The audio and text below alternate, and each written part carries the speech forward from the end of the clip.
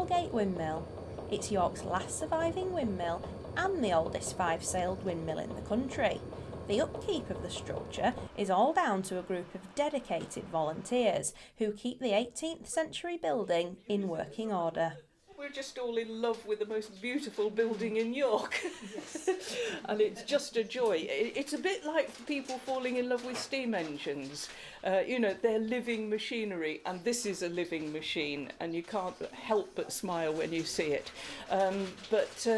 It's just glorious to be able to do it. I think all of us who volunteer here are just hooked.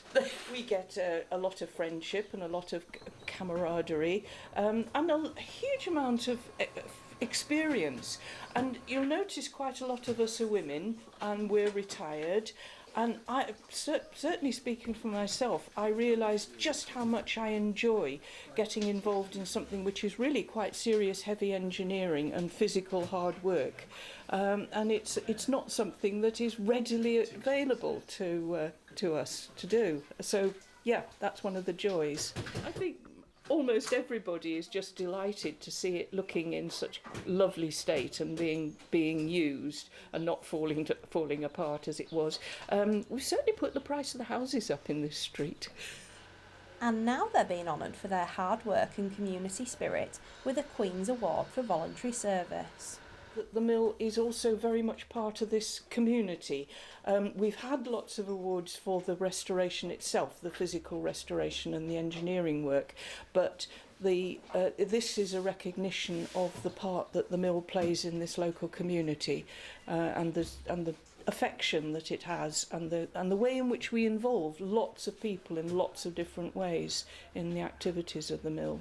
It's nice that it came from the community, and I think everybody's thrilled to have won it. It's a great achievement, and the nice thing about it, it's not for the building as such, it's for the volunteers, which I think is really important. And I think part of the application was suggesting that the windmill has a bigger value than just being a windmill. It's a very important community resource, and it means a lot to people of Holgate, which I think is very nice. And I think Holgate's one of those areas not a great deal happens, and I think it's really nice that groups can focus on something that's happened, that's been successful in the area.